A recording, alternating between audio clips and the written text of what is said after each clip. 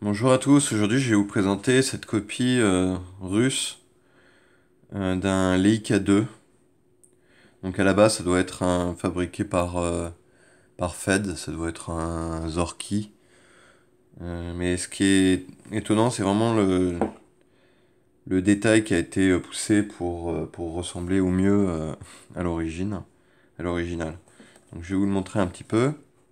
Il y a quelques petits défauts.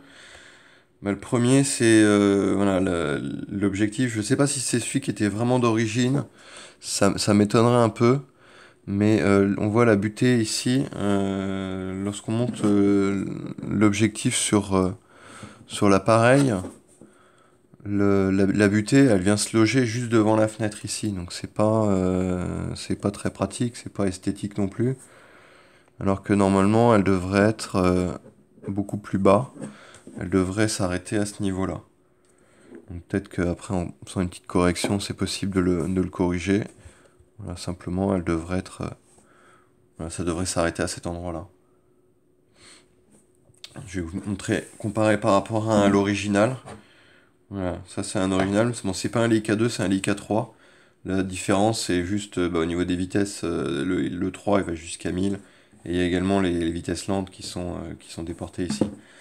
Et sinon, le 2 est similaire. J'en ai un aussi, mais comme il est noir, c'est pas forcément pratique de comparer. On voit vraiment les détails sont assez minimes. On voit déjà au niveau des marquages,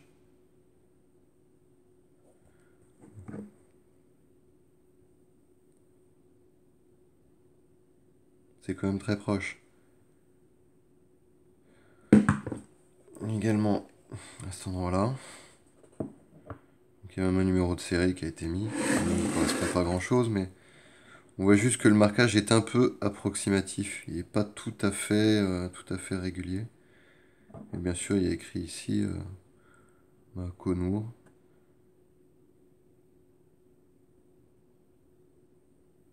On voit les boutons font les mêmes diamètres.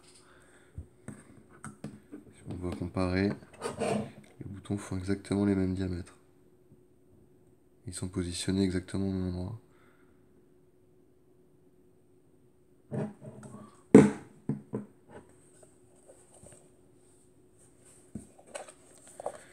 Donc bah, c'est de la même manière qu'un Leica classique. Hein. On sort l'objectif. Pardon. Il doit déjà être armé. On remonte. On déclenche. Les vitesses sélectionnées, là c'est la vitesse la plus rapide à 500. Bon, celui-là, l'obturation est un peu gommée. Parce que les rideaux sont fatigués. Vous voyez, on voit également la semelle. Bon, il y a des petites différences. Le nombre de vis.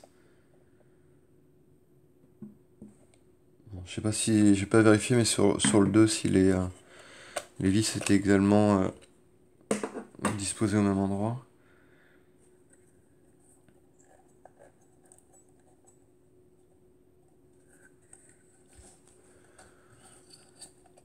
Donc on va démonter l'objectif pour regarder un peu les rideaux. Bon, on voit malheureusement pas bien, mais les rideaux sont un peu fatigués et ils ont du mal à revenir.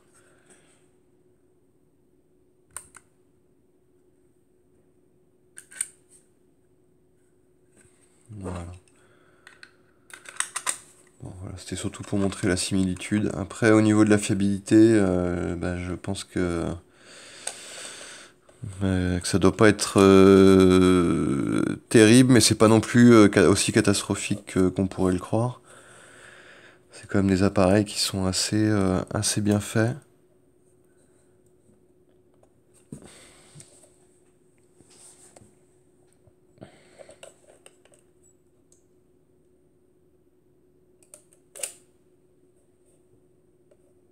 Et le télémètre fonctionne toujours correctement.